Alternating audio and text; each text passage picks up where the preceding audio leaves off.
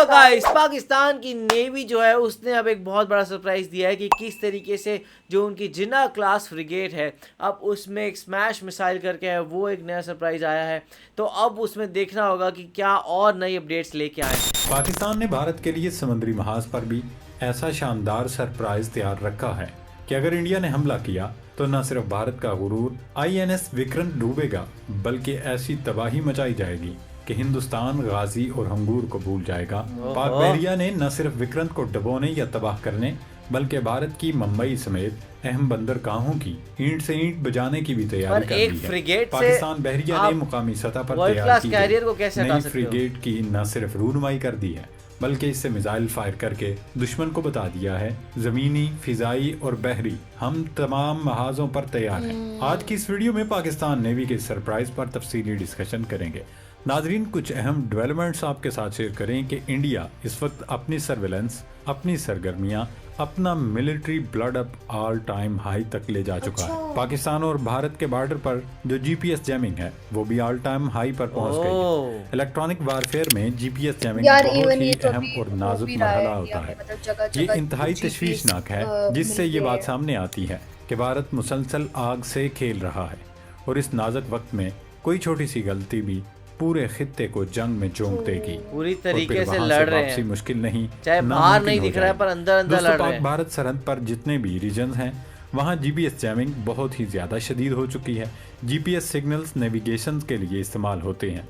चोटी के दिफाई तजियाकारों का कहना है कि GPS सिग्नल्स की जैमिंग का मौजूद लेवल पाकिस्तान इंडिया बॉर्डर पर देखा जा रहा है। ये आखिरी बार मशरिक़ वुस्ता में देखा गया था, वो भी तब जब इसराइल ने ईरान पर हमला किया था।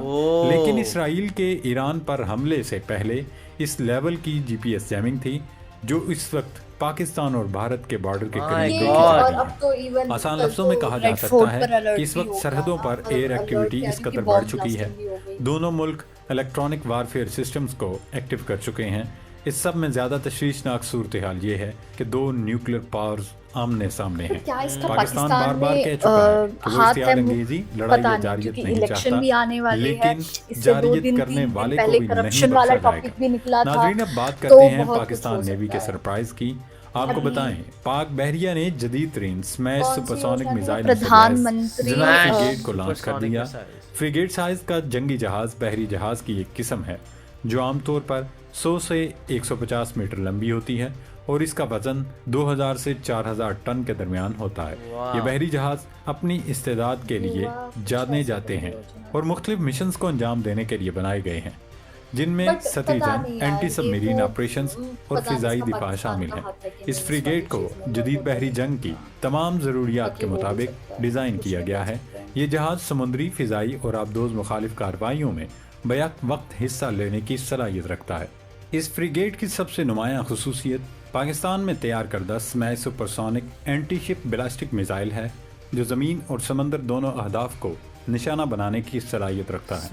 यानी मिसाल के तौर पर अगर भारत का INS विक्रांत खुले पानियों से पाकिस्तानी हदूद की तरफ बढ़ता है तो ये फ्रिगेट न सिर्फ इन मिसाइलों के जरिए समंदर में मौजूद विक्रांत को निशाना बना सकता है, बल्कि इंडियन बंदरगाहों पर मौजूद अहदाफ को भी टारगेट कर सकता है।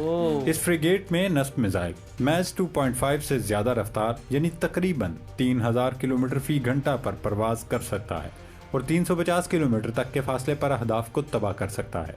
इसमें मैनोवरेबल री एंट्री व्हीकल टेक्नोलॉजी इस्तेमाल की गई है जो मिसाइल को दौरान परवाज अपना रास्ता बदलने की सलाहियत देती है ताकि दुश्मन के दिफाई निज़ाम से बचते हुए हदफ को दुरुस्तगी से निशाना बनाया जा सके। यही खुसूसियत स्मैश मिसाइल को खित्ते में गेम चेंजर करार देती है। नाज़रीन, जिन्ना क्लास फ्रिगेट में एक वर्टिकल लॉन्च सिस्टम VLS भी नस्ब किया जाएगा जो मुख्तलिफ किस्म के फिजाई और बहरी मिसाइल दागने की सलाहियत रखता है। इसके अलावा जहाज में जदीद तोपखाना, करीबी दिफाई निज़ाम, जदीद सोनार सिस्टम और तारपीडो वाला लॉन्चर्स भी मौजूद होंगे जो आबदोजों के खिलाफ दिफा फराहम करेंगे। गुज़श्ता साल नवंबर में पाकिस्तान ने स्मैश मिसाइल का कामयाब तजुर्बा किया था जो जुल्फ़कार फ्रिगेट से किया गया था। इस कामयाब तजुर्बे के बाद पाकिस्तान इस मिसाइल को अपने मौजूदा बहरी जहाज़ों पर भी नस्ब कर रहा है। जिन्ना क्लास फ्रिगेट की शमूलियत के बाद पाकिस्तान नेवी एक नए दौर में दाखिल हो जाएगी। जदीद मिसाइलों, सेंसर्स और मुकामी इंजीनियरिंग की बदौलत ये जहाज पाकिस्तान की बहरी सरहदों के तहफ़्फ़ुज़ और हिंदुस्तानी समंदर में ताकत के तवाज़न को बरकरार रखने में मरकजी किरदार अदा करेगा। पाकिस्तान की जानिब से इस फ्रिगेट को लॉन्च करना बहुत बड़ी डेवलपमेंट है जो भारत के लिए इंतहाई परेशान कुन है। नाजरीन, ये फ्रिगेट और स्मैश मिसाइल सिर्फ हथियार नहीं बल्कि पैगाम है कि हम अपना दिफा करने के लिए पूरी तरह तैयार हैं। हम जंग नहीं चाहते, हम अमन चाहते हैं, मगर जो हमारी सरहदों या अमन को ख़तरे में डालेगा उसका जवाब देने की पूरी सलाहियत हमारे पास मौजूद है। ये तैयारियां दुश्मन को डराने के लिए नहीं बल्कि हमले की सूरत में हमें जल्द और मौसर रद्द-ए-अमल देने के काबिल बनाने के लिए हैं। तकनीकी तरक्की, मजबूत नेवी और होशियार इंटेलिजेंस ने पाकिस्तान को वो क़ुव्वत दी है जिससे कोई भी मामला दबाव में आकर हल नहीं होगा।